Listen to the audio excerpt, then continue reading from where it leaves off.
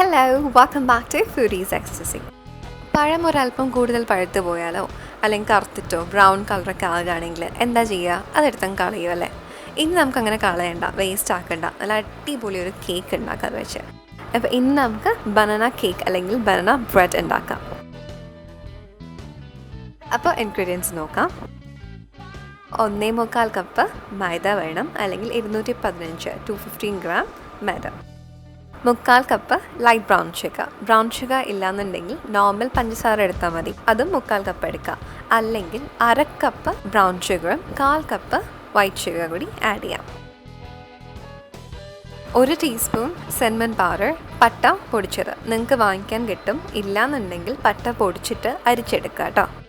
1 teaspoon baking powder, 1/4 teaspoon baking soda, 1/4 teaspoon ഉപ്പ്, 1 teaspoon vanilla extract ഇല്ല എങ്കിൽ 1/2 teaspoon essence എടുക്കുക. 2 വലിയ മുട്ട, റൂം ടെമ്പറേച്ചർ ആയിരിക്കണം, അത് ശ്രദ്ധിക്കുക കേട്ടോ. 1/2 കപ്പ് മെൽറ്റഡ് ബട്ടർ, അതും റൂം ടെമ്പറേച്ചർ ആക്കുക കേട്ടോ. അപ്പോൾ ആദ്യം 180 ഡിഗ്രി സെൽഷ്യസിൽ ഓവൻ പ്രീ ഹീറ്റ് ചെയ്യാൻ വെക്കാം. ഇനി ഡ്രൈ ഇൻഗ്രീഡിയൻസ് ഉണ്ടാക്കാം. അതിനായിട്ട് ഒരു മിക്സിംഗ് ബൗളിലേക്ക് നമ്മൾ എടുത്ത് വെച്ചിരിക്കുന്ന മൈദ സിഫ്റ്റ് ചെയ്യുക, അരിച്ചെടുക്കുക. അപ്പോൾ മൈദ ഒക്കെ നന്നായിട്ട് സിഫ്റ്റ് ചെയ്തു. ഇനി ഇതിലേക്ക് baking soda, baking powder, cinnamon powder, ഉപ്പ്, ഇതെല്ലാം ഒന്ന് അരിച്ചെടുക്കണം എന്നില്ല, ഡയറക്റ്റ് ആഡ് ചെയ്താലും മതി.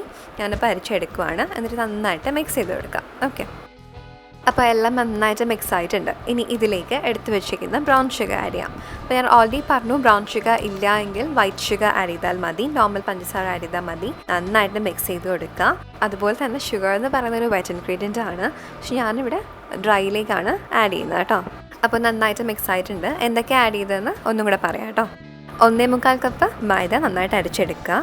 അതിലേക്ക് 1 teaspoon baking powder, 1/4 teaspoon baking soda, 1 teaspoon cinnamon powder, 1/4 teaspoon ഉപ്പ്, ഇതെല്ലാം നന്നായിട്ട് ചേർത്ത് മിക്സ് ചെയ്യുക. അതിലേക്ക് തന്നെ 3/4 കപ്പ് ബ്രൗൺ ഷുഗർ അല്ലെങ്കിൽ വൈറ്റ് ഷുഗർ ആഡ് ചെയ്ത് നന്നായിട്ട് മിക്സ് ചെയ്തെടുക്കുക. അപ്പോൾ ഇത്രയാണ് നമ്മൾ ചെയ്തേക്കുന്നത്. ഇനി നമുക്കിതിലേക്ക് 1/4 കപ്പ് റഫ്ലി ചോപ്പ് ചെയ്തിരിക്കുന്ന കാഷ്യൂ നട്ട്സ് ആഡ് ചെയ്ത് കൊടുക്കുക.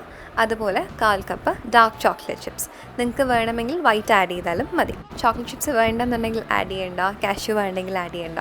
നിങ്ങൾക്ക് അതിന് പകരം ആൽമണ്ട്സ് ആഡ് ചെയ്യാം, വാൾനട്ട് അല്ലെങ്കിൽ പെക്കോൺസ്, ഇതൊക്കെ ചോപ്പ് ചെയ്തിട്ട് ആഡ് ചെയ്യാം. ഇതൊന്നുമില്ല, പ്ലെയിൻ ആയിട്ട് വേണമെങ്കിലും ഉണ്ടാക്കാം. ഇനി നന്നായിട്ട് എല്ലാം കൂടെ മിക്സ് ചെയ്ത് കൊടുക്കാം. ഓക്കെ, എന്നിട്ട് നമുക്ക് മാറ്റി വയ്ക്കാം. ഇപ്പോൾ 2 മുട്ട നമ്മൾ എടുത്തല്ലോ, അത് നന്നായിട്ട് വിസ്ക് ചെയ്യുക, നന്നായിട്ട് ബീറ്റ് ചെയ്ത് കൊടുക്കാം. ഇനി നമ്മുടെ ഹീറോ ഓഫ് ദി ഡിഷ് ആണ്, and that is banana. Banana.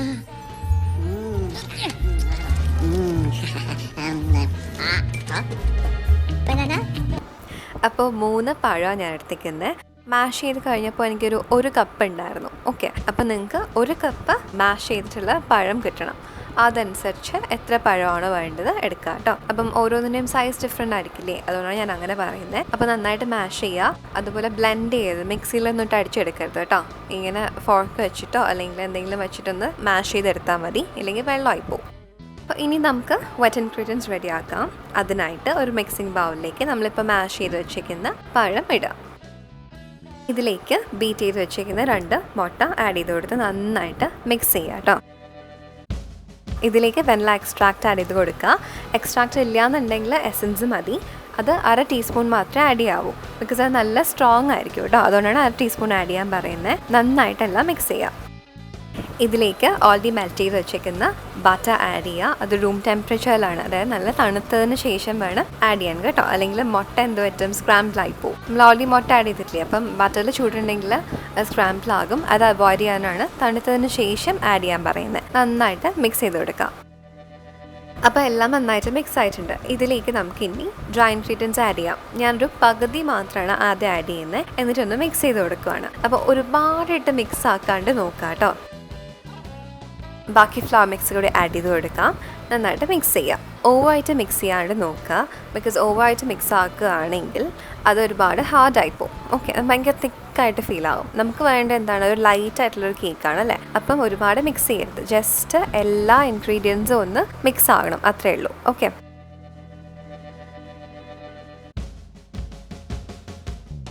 അപ്പോൾ നമ്മുടെ കേക്ക് ബാറ്റർ റെഡി ആയിട്ടുണ്ട്. ഇനി നമുക്ക് ഒരു കേക്ക് ടിൻ എടുക്കാം.